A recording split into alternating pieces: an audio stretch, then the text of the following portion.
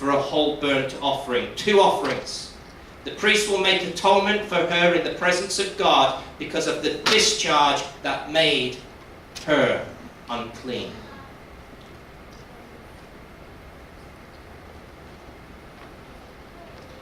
Wow. 12 years. No opportunity, no time, no moment that she can take her offerings to the temple, be cleansed, be forgiven, and made clean. For 12 years, she has been denied access to the temple. For 12 years, the church has closed its doors and said, "You are not clean. Stay away." 12 years, this woman has been ridiculed, spat upon, kicked, beaten, tormented, because she is unclean.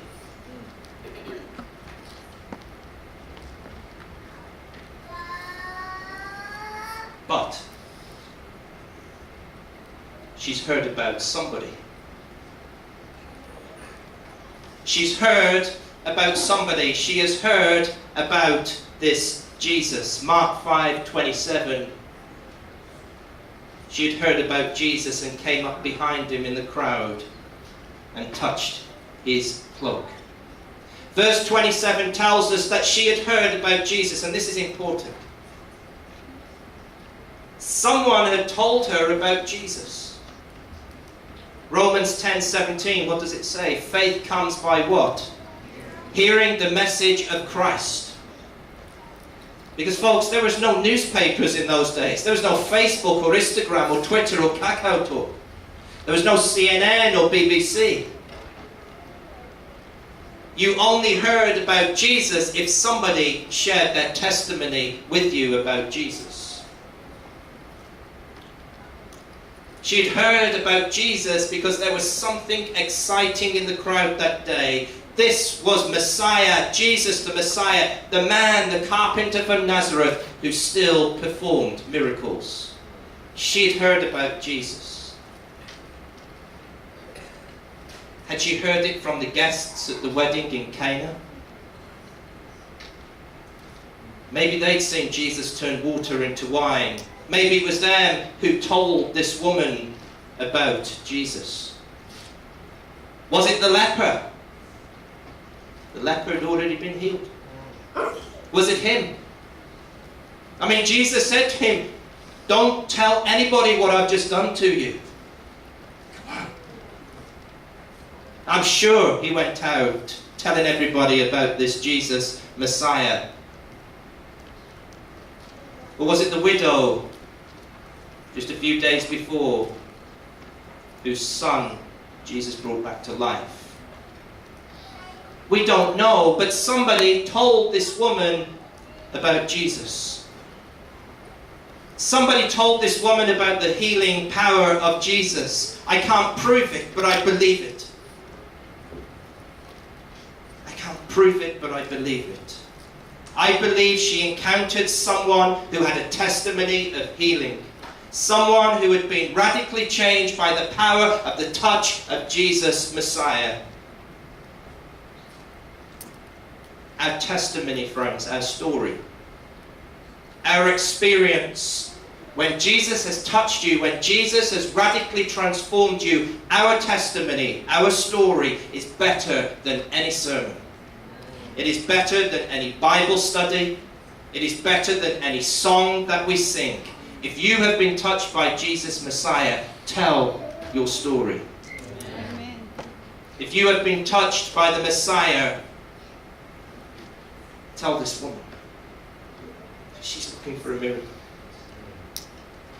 Because there is somebody in this crowd today who's looking for a miracle. Imagine if nobody had told this woman about Jesus.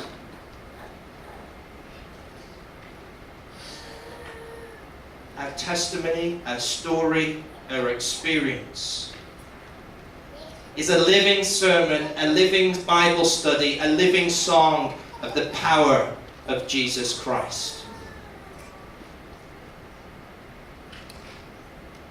Why do I believe this?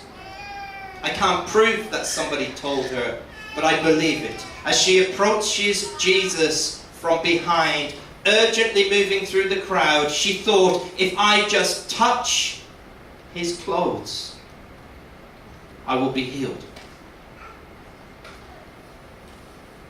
Friends, that is extreme faith. Radical, extreme, incredible faith. If I just touch him, I will be healed. The thought makes me believe that someone must have shared their testimony of healing with this woman.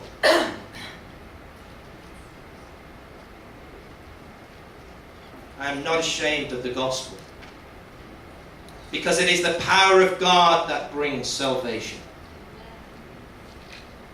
When the Apostle Paul writes to the Romans, he says, I'm not ashamed of what Jesus Christ has done for me, because it is the power of God that brings salvation. Paul here is sharing a first-person experience. I'm not ashamed to share the gospel, he says, because its power saved me. But not everyone who comes to Christ will have been a zealous Jewish Pharisee. Not everyone who comes to Christ today in this crowd will be a 17-year-old high school dropout. Not everyone who comes to Christ today will be a woman who's been abused by a man. Not everyone in the crowd today will be someone who's really far out in their lifestyle. Not everyone in this crowd today will have a dramatic story. But everyone who comes to Christ will have heard the good news that Jesus does save. Amen. Jesus does heal. And they will have heard from someone. Someone who experienced the power of Jesus Christ. They will have heard it, and now and today in the crowd they're searching for a miracle. Let me tell you today, friends,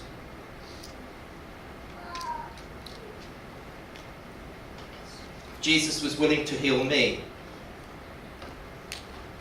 and everything that I have done in my life, because I truly consider myself the most unclean, most selfish, most troubled of anybody in this crowd today. But let me give you my first-person experience. I too am not ashamed of the gospel, because it is the power of God who changed me. Andrew Mark Layland, clean and right, that is my salvation.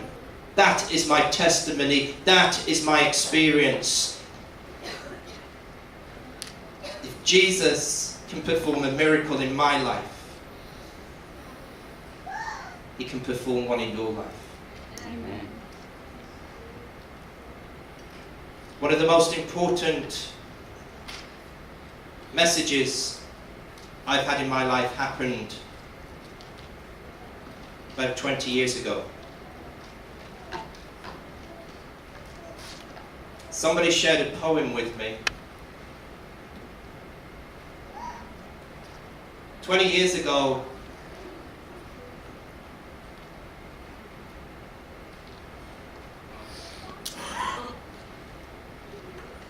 God can change me. He can change anybody. 20 years ago, I was in that crowd, but I was not looking for a miracle. 20 years ago, I was in that crowd, desperate, unfulfilled, addicted, and in pain. But then someone shared something that changed my life. I want to share that poem with you this morning.